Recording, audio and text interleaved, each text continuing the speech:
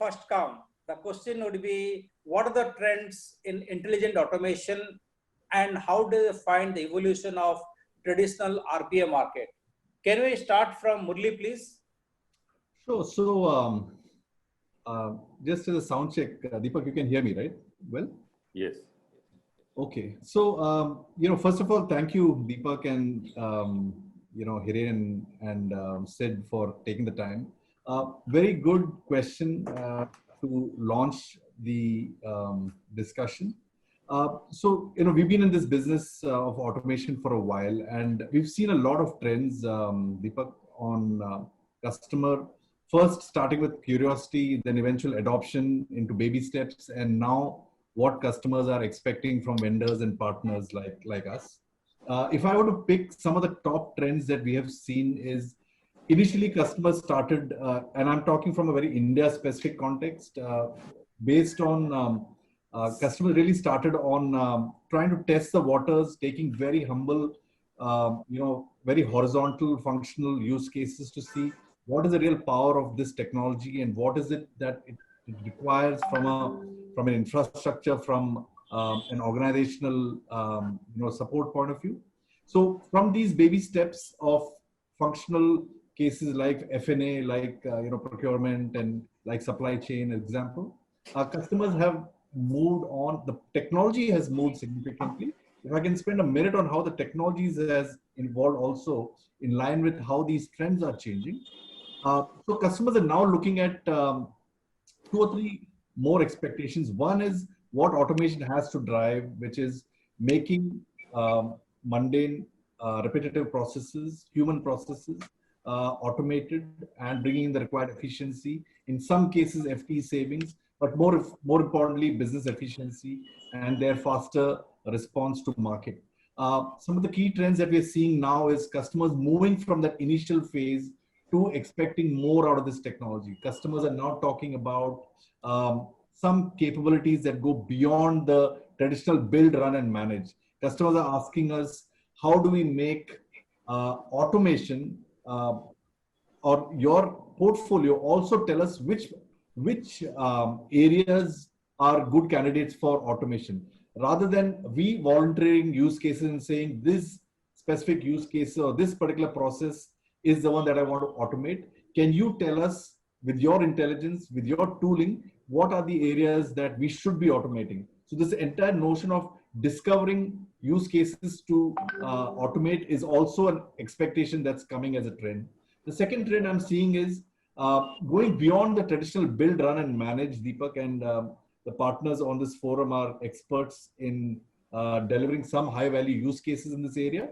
But customers are now asking about what next. What are those machine learning capabilities, the cognitive capabilities that you can bring into this whole notion of traditional RPA, which has really led to this most hot kind of global trend now, I think led by UiPath, is the notion of hyper automation, which really goes beyond build, run, and manage and says automation is not just about this, it's about process discovery, discovering, building, running, managing, taking out insights and driving metrics and analytics out of your automation platform. So it's more a platform story now than a typical product oriented story.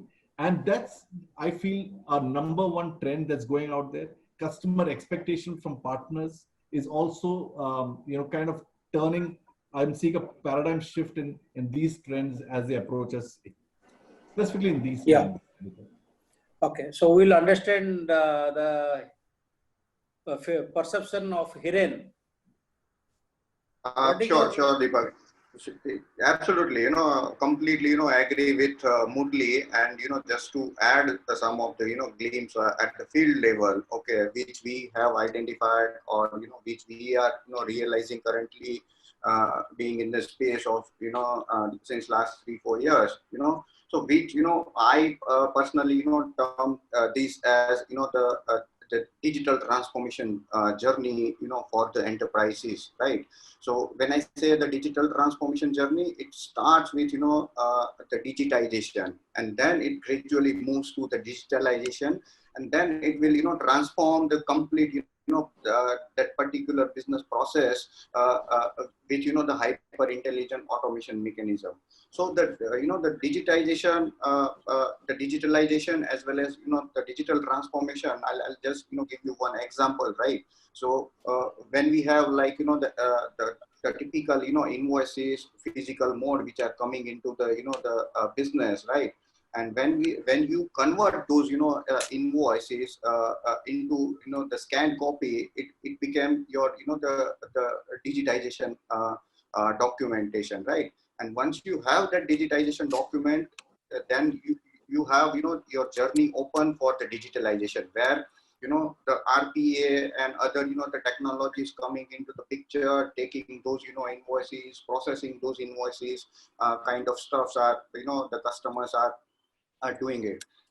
And in terms of, the current, the trends which are going, like, the intelligent automation, as well as, the hyper intelligent automation kind of thing, where, the customers are, are transforming the entire, the invoice processing kind of, journey, starting from, getting the invoice into the system, getting it approved, it, giving it to the robot to process it, with, the OCR mechanisms, some AI mechanisms to take the decision on those, invoices, and then the process those invoices end to end. So this is, the a good example, how the industry is trending, towards the digital transformation trends. Okay, wonderful. So we'll also understand from Mr. Siddharth his perspective. Yeah, thanks, Deepak. So I've worked for some multinational companies previously, and there are some global initiatives that I've been part of. So one of the main reasons that the economy growth has happened in India is basically because of the offshoring. So it's a fundamental in which the Western countries have been offshoring a lot of human-intensive work to India, right? So with the recent trend, what has happened? So that was the first wave where the dependency was more on the human capital, right? Today, with the current situation, what has happened is the offshoring. So I actually personally call it as digital offshoring, right? A lot of work have been offshored digitally. So within our organization, we call it as either a human offshoring or a digital offshoring, right? So it used to be, the first wave was, it was cost driven, right? And people were, effectively using the cost arbitrage at that point in time when, everything was human dependent, and India was riding that wave. The country was riding that wave, and people were recruited effectively, and a lot of human things were happening, right? But today the driver is not cost, but it is lives, right? So considering that, in a lot of ways, the second wave, the first wave, the situation has fundamentally shaken the fundamentals of our economic growth. So the second wave, actually, without to get back the economy and the organization, people in line, and look at growth in the future, the transformation has really helped us. The digital transformation has become utmost important, right? And customers have started looking at, they've stopped expecting a human to do a work, stopped expecting a human to do work, and instead, they are looking at a faceless robo or a machine to do the work. So that's, in my opinion, is the transformation that, this last 1 year or so is what, and it's been seen very effectively in the last 4 to 5 months. That's exactly what has happened today in the last 4 to 5 months. And people have been looking at innovative ways of, doing a lot of things to bring in more efficient. So, but having said that, the customers have not reduced their expectations from a effectiveness or from an efficiency perspective. and they want error-free things to be done. They have not reduced anything from an expectation perspective. So to maintain that effectiveness and efficiency, the digitalization and process automations have really helped us gaining the confidence from the customer, and the customer actually realizing the situation, and they've also realized that yes, the efficiency can be brought using a robo or a machine without faceless manner. So that's exactly what we are seeing in the market today. Good. So, Siddharth, if you can tell about what are the innovative ways of implementation of automation strategies? See, to me, the major outsourcing to India in Indian business, the major automation is required in two areas. One is a BPO, one is a KPO. The rest is still be managed, but if you look at the volume of where digitalization can play a major role is in terms of BPO and KPO, right? So what these BPOs and KPOs are doing is that they have been seeing how they can reduce the human dependency and move to more agile and efficient method of getting their processes done. Particularly, just to give you an example, about 3-4 years back, one of my renewals of a funding came. I did a investment, and what happened is everything was so seamless that within half an hour I did my KYC.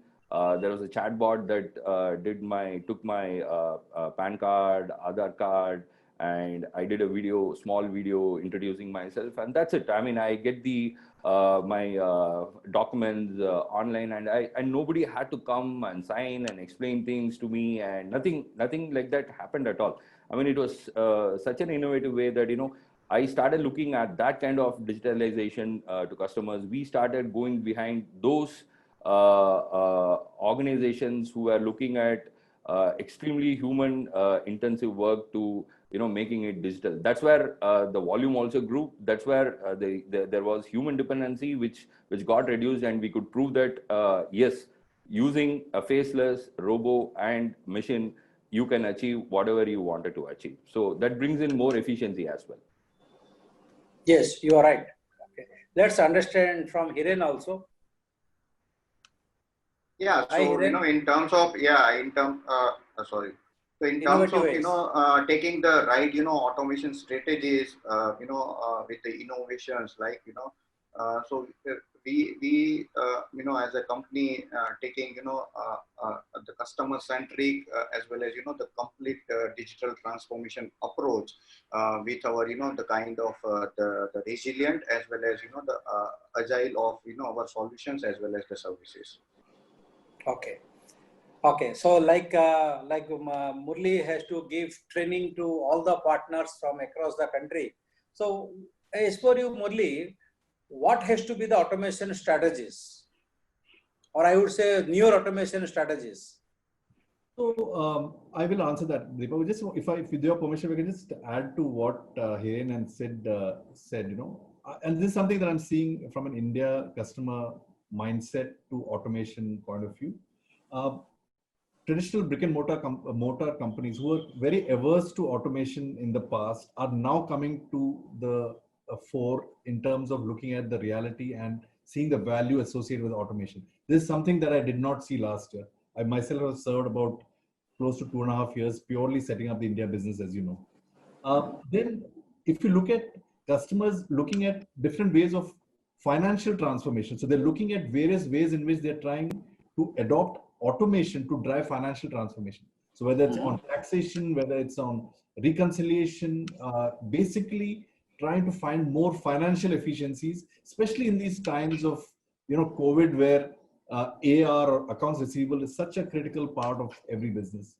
Then the other thing I've seen, and I know Siddharth talked about the BPO and the KPO, and to some extent he touched upon captives as well. But if you look at the India context, also that applies. Customers are looking to IT automation IT automation has come to the fore in addition to the financial and all the other aspects I spoke about. Data center, India is a very data center heavy country, and a lot of automation, whether it is security, help desk, infrastructure monitoring, all those potentially manpower heavy areas of IT automation are now coming to the fore, going beyond the traditional keeping the lights on. And the one last thing I wanted to just add, again, because it's something that we do very well as UiPath, is the area of document understanding. We have to acknowledge India is a very, very, very document heavy economy, right? Our organizations for legacy reasons are very heavy on documentation. So we have a lot of capability now, which actually addresses how customers can look at their entire legacy documentation, regardless of the form and structure, and how to bring it out to the pure play digitization, the point that Hiren was making. So I think these are the things that I'm seeing all around us, ably supported by quality partner services from Spectrum 7 and Feed. Sorry, so I just want to add that perspective. Yeah. Okay, good. So if you everyone, I think will agree the pre-COVID and post-COVID situation must be different. Yes. By keeping in mind, what are the key changes in customer demands in the last few months? Okay, let me kick this off because I'm also very keen to get Siddharth and Hiren's point of view. They're very close to customers too. But no, you must be listening from so many customers. I want to hear from you first, then I'll go to individual level. So if okay, let me apart from the expectations of going up the value chain, Deepak, in terms of what else do we have? Can we look at some AI cognitive document understanding one is the capability part of the expectation.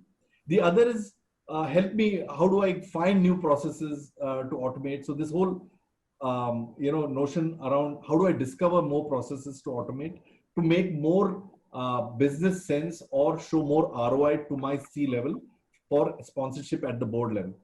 But if I were to pick one aspect of what most customers are beginning to ask, especially in this era, is this whole notion of skin in the game, right?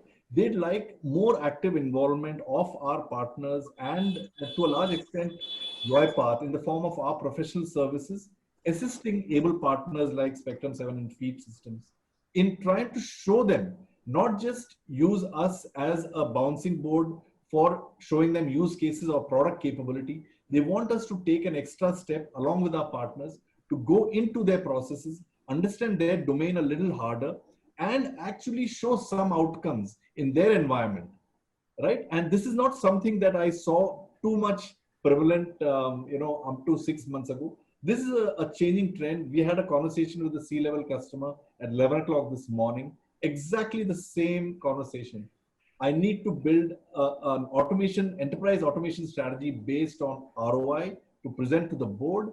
Can you come in as UiPath with I won't name that partner, but come in with the partner and show me, take a medium size or medium complexity process and actually physically show me this whole notion of skin in the game. So I think if I were to pick up one trend in this, from a customer expectation point of view, I would call it skin in the game. Yeah, Hiren. Yeah, so the customers, as do you agree pointed, with Murli? Absolutely, and apart from who cannot agree with Murli? Sorry, who cannot agree with No, absolutely, rightly pointed. Those things are also demanding by the customer from the partners as well. So that is the very true statements Murli has been making.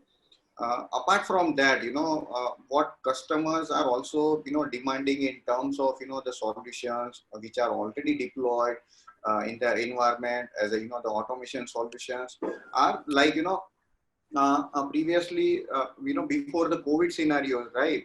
So the automation has two types. One is which we call is as a the attended automation, and second we call it as a unattended automation, right? Mm-hmm. So before pre-COVID scenarios, customers are almost in favor to build the attended automation. Why? Because they have workforce on the the system or in the offices to the trigger the robots and do the that automation task which has been completed by the robots, right? But with this the COVID situations, since everybody is working from home, and the efficiency is really lesser in terms of the outputs and everything, right?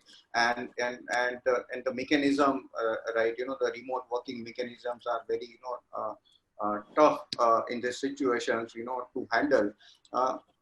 With these scenarios, customers are also demanding the kind of unattended automation where they don't require humans to trigger those kind of robots. And they also demanding kind of the end-to-end automation, which I termed it as the digital transformation. Why? Right? Because the previously they just supply with going to my the first example. So previously they just need to just supply the kind of the bulk of invoice to the robot to process the invoices, right? Now no one is there in the offices. Now what happens in those scenario is the unattended automations will require and end-to-end process automation is required with unattended kind of mechanism to transform that complete processes during this scenario. So that is also the kind of the demands which we are facing from the customers. Okay, you can Siddharth can give his experience. Yeah, so my experience has been, normally what I do is I kind of translate my personal experience to, how businesses work, right? For example, we, because of the current situation, nothing has changed actually, in the sense that, we still order food online. We still renew our insurance, be it car insurance or be it life insurance, or we still transact the transaction happens online, right? Except maybe just attending office. The rest of the things are definitely happening. I mean, I can see that Swiggy or Flipkart, they say that we've served you on time or even before time, right? What has changed is my expectation as a customer has never changed. My expectation is still that things happen on time. That is happening, but people are not. People are there. People talk about there are still a lot of things. There are no resources and things like that. But things are happening. So I am expecting as a customer that I need a faceless service, right? How does that happen? So that is the trend that is happening today. People who are expecting a service, a face behind a service, today are transforming a lot. Many of them are transforming to I'm okay not to face anybody. I'm just expecting the service. I don't need a face today, right? So they are not bothered about what is happening in the back end, right? I'm definitely not bothered as to who's processed my insurance renewal, right? I mean, it happens. Previously, I had to call somebody and get a quotation and things like that. Today, it's just online. So those are the things that the trends are changing. That previously it used to be like 20% who were still okay with a faceless service. Today, it's transformed to close to about 90 to 95% people are they are okay with a faceless service, a machine doing it. They are not even bothered whether a machine does it or a robot does it, right? So that, to me, is a great, it's a fascination that, how life has changed in this last 4 to 5 months. So that's the trend that I'm seeing, that, in fact, one of my relatives is pretty old. He was very reluctant to take a telemedicine, right? He always believed in going to a doctor, looking at him face to face. Today, he's okay, having a telemedicine, going on a mobile and, giving the doctor, whatever and his records are all there. And, once that happens, what are the process that happens behind. So everything is automated. So they are feeling it very easy today that, the help is very close as in their mobile phones, right? So that is a big trend that I am seeing, and automation has really helped in achieving this kind of a situation, or even handling this kind of a situation. And what will be the future of work changing? How channel is emerging? See, very interesting question. In fact, a couple of days back, I received an email from a company in Armenia, right? We have done some work in a very, very niche area called, IoT and blockchain coupled together. And there's a lot of automation that we have done in terms of, building a composite technology. So there's a company who build composites, which are typically used in aerospace and things like that. So they are one of the suppliers of composites to the aerospace and ISRO and things like that. So what has happened is this company approached us and said that hey, we were browsing through this, and we would really want to look at a presentation and have a discussion in terms of how you can serve me. So we started discussing, and things are moving in the right direction. What it means that the channel partners have started going global today, right? People are not expecting to travel, so there is no geographical limitations that that is happening today.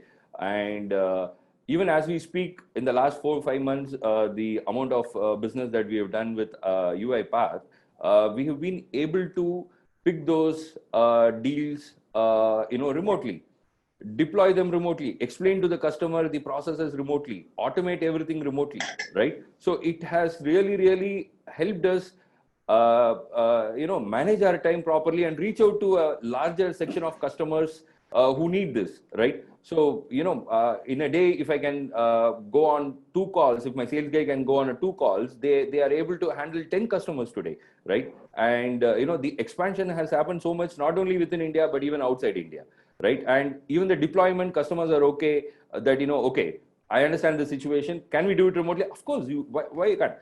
Could this have been happened previously? No, because our mindset was that okay, somebody needs to come, right? I can pick up a 1.5 crore deal over a mail. So today, so that's something is happening to the channel. So I am looking at it very positively, that how I can expand, right? How many customers can I reach out to digitally, over Zoom calls and over calls, and and that's something that is happening to the channel. So my revenue is still not dipped, definitely, right? But this is something that we did, that okay, we meet 5 customers online every day, right? And we get back, and customers are ready today. So we deploy this remotely, right? So this has given us a lot of opportunity, not only within India but outside India also, right? Not only even within India, to other regions. So this has really helped us in spreading our wings, and I am definitely looking at it positively.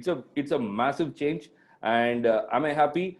Not with the situation, but definitely with what channel is happening, what is happening to the channels, definitely yes. So you have minted money. I would say that if you look at it, April, May was a little bit slow. I think people started realizing that this is the way to go. This is not going to go anywhere soon, and they've started realizing that from June I started seeing definitive growth in our numbers, and our first quarter was really difficult. We were also scattered here and there, trying to understand what is happening to our lives and to the organization and things like that. I personally spoke to a lot of people, 100 people, marathon call. Every employee of mine, I called them, I spoke to their families and things like that, and then that gave the confidence that okay, we can do this online, we can do this remotely. So and with RPA support, even I'm sure Murli has not stepped out of his home for the last 4 or 5 months, right? But the business is happening, right? If not pretty big, but we definitely are limping towards normalcy, right? So last 2-3 months has been really good for us, and I think last fiscal year to this fiscal year, if not a growth, at least we have achieved whatever we achieved last year. So that's definitive. I see a good sign from a channel perspective. So let's understand more from Hiren about future of work changing, how channel is impacting. Hiren, can you give some light also? Sure, Deepak. And also, agree with Sid as well, right? Because some remote agility channels are already improving during this COVID scenarios. So I also, want to highlight some of the couple of more channels, like, for example, the deliveries which are already, being made on the remote agility channels, along with, another two channels which are very important in this kind of scenarios are support channels, as well as the marketing channels, right? So so those channels are still, as Sid said, we can do each and everything via for example, video calls and all, right? But situations are still there, in the countries like India, when people are not seeing face to face. We can understand what is going through their minds, and how we can close those deals. But in case of exception scenarios, it will definitely helping companies, small companies like us, to close the deals global levels. But the support channels, as well as marketing channels, are also going to be the completely it will going to be changed with these hyper intelligent automation mechanisms. So that is what we also which we have identified, and I'm sure Moodley knows we have very competitive solutions around it, on the support channels as well as on the marketing channels. Good. So Murli, if you say, is it the same response you are hearing from all the channel partners across the country? Very much so. I agree with both Sid and Hiren on this one. Completely in sync. One of the very unique aspects, Deepak, and you and I have been in this industry, all of us, for such a long time. What I find very unique, and very heartwarming actually, about automation as an industry from a partner point of view, is this is an extremely level playing field, right? Back in the day, in infrastructure, the world we come from, customers would have to choose from a whole plethora or bouquet of big partners, and sometimes big partners had some kind of an unfair advantage over, the upcoming highly talented but smaller operating partners. I think automation has kind of created a level playing field in many ways. The engagements that Siddharth and Hiren are engaged in on the field is compared to any customer partner skill anywhere in the world, right? So it's no longer that, as long as you have your A game in terms of your skill, and you're responding to customer in the fashion that they want, like both of them explained, you are in no way in any kind of a disadvantage being the scale of partner that you are. You can compete with a big four and still win. And we have, big fours are my partners too, but I'm just mentioning this as a trend. The second last point on this specific thing is in terms of the nature of buying for automation, Deepak, is more consultative, right? So it's not always evident that there is a use case or there is a process that I need to automate. So the discussion and the expectation from partners in particular by customers is to first understand the business, to have an investigative form of consultative, approach to selling, and then unearth latent demand for automation, and then create your value proposition around your portfolio. It's not always 100% visible what customer wants to automate. The way you approach, the way you consultatively kind of probe the customer unearths a lot more potential for automation than what the customer himself may know at that point in time. So that caliber of the partner, in addition with, being on their A game as far as technical capability, ability to understand customers' domain, work remotely, as both said, I think keeps them, sets them apart from most of the others. So it's very consistent across some of my best partners in UiPath in India today. Okay, lastly, we can talk about what are the future of channel partner. Deepak, in Sun parlance, adding to what Murli said, right? When I used to work for Sun Microsystems, they used to call it as inch wide and miles deep, right? Each wide? And miles deep. Okay. Okay. So what it means is that, as Murli said, the future of system integration would be, the system integrators' knowledge and consultative approach, right?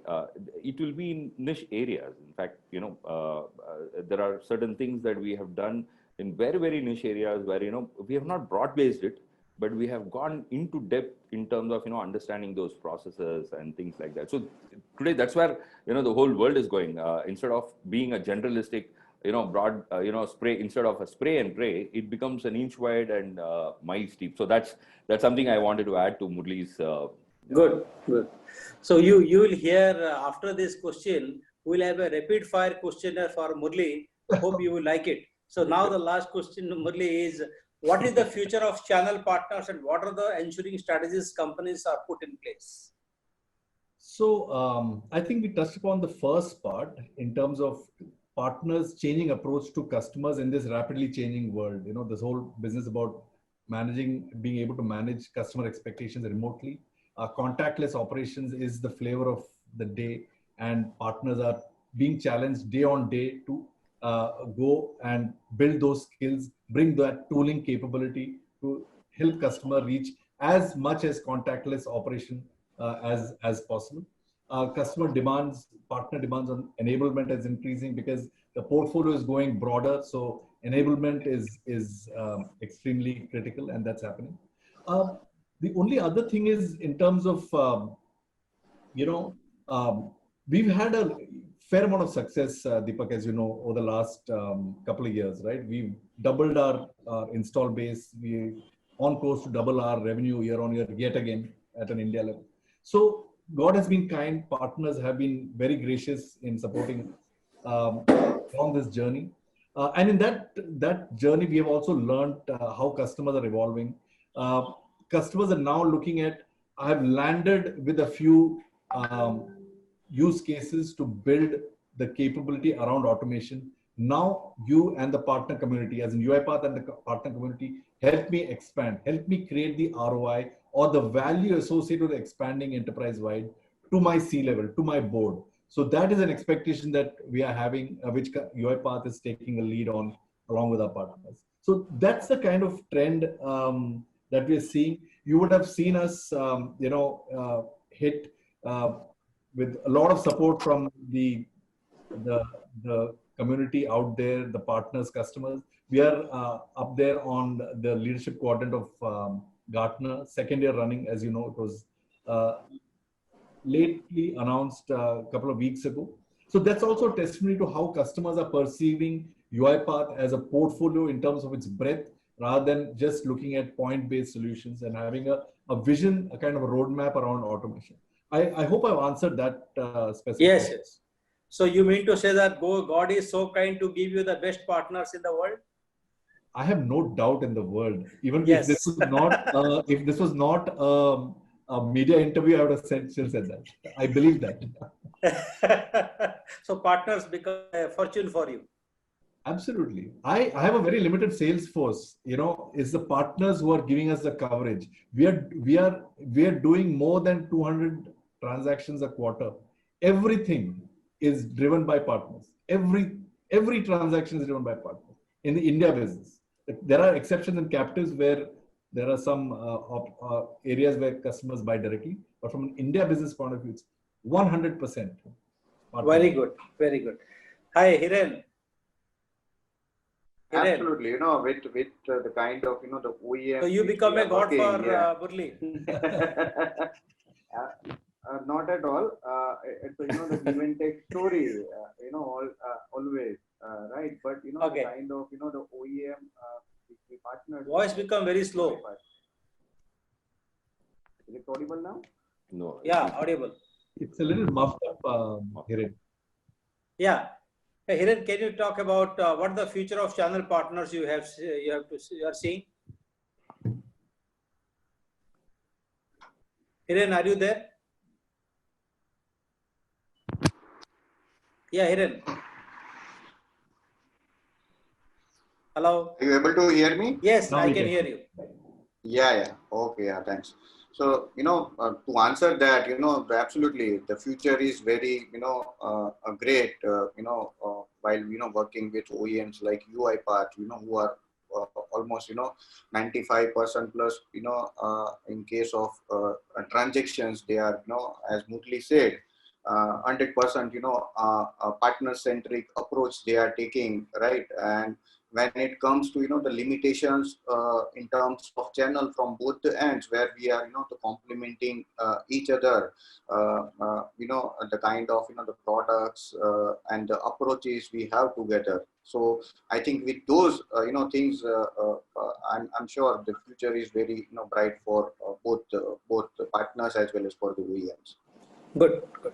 So let's hear from Siddharth also. Yeah. His perception. Yeah. So I used to work for OEMs for about 15, 16 years before, hanging my boots on the corporate life and, starting on my own. So, I saw a potential even 4, 5 years back. So I realized there were a lot of gaps where, people were running behind certain things and they were not thinking like a visionary or a futuristic. So what the channel partners or the system integrators who actually can think 5 to 7 years from now, right? How the world is going to be, that's where we caught the bus very, very quickly, in sense that 2 years back when we embarked into the journey of RPA along with UiPath, never ever I realized that I'll be giving an interview today and the world will become like this, right? But there was definitely a calling saying that okay, you should do this, and next 3 to 5 years you will be there. I mean, as an organization, for me, at least as a channel partner, I believe that innovation and sales and marketing are the only two divisions that should be there in the company, right? That's how I believe in. I stand for that. And as long as we are innovative and people like UiPath, the organizations like UiPath, really given that platform for us to get innovative.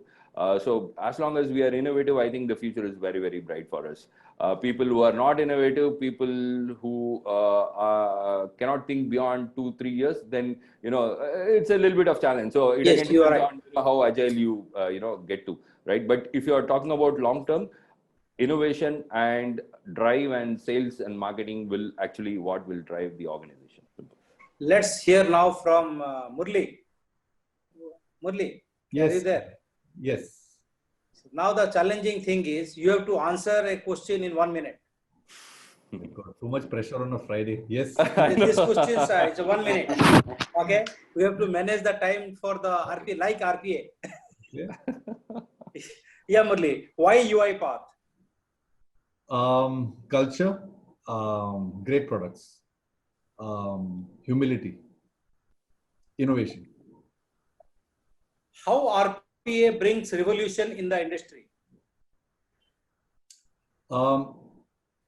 Automation has been there for many decades. Organizations like UiPath have brought that latent need to the fore, because this whole notion of automating the last mile, the human aspect of any process is what we do. So this whole business of automating the last mile is the one that is most critical right now. Wonderful. Lastly, how you have seen the growth during this pandemic?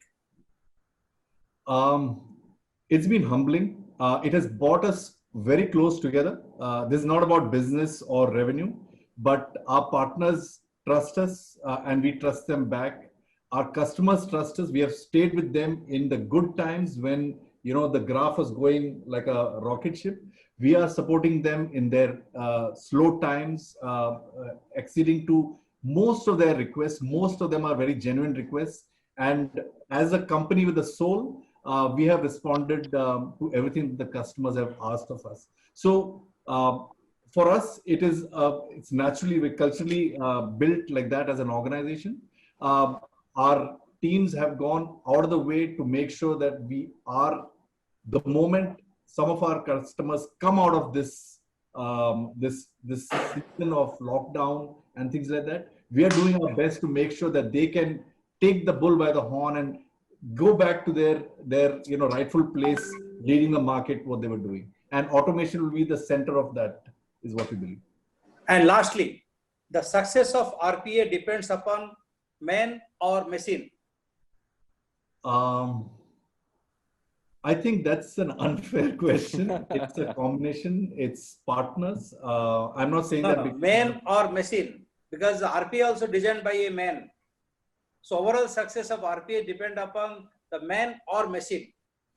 I would say man, because man is the one with the brains, right? And the brains, if you have the right brains, you create the machines, right? So if you don't oil the brain machinery well enough, the actual physical machines will not come to, they will never be born. So I would, because all the innovation comes from the brain, and that's the core of what we do, whether it's automation or anything else.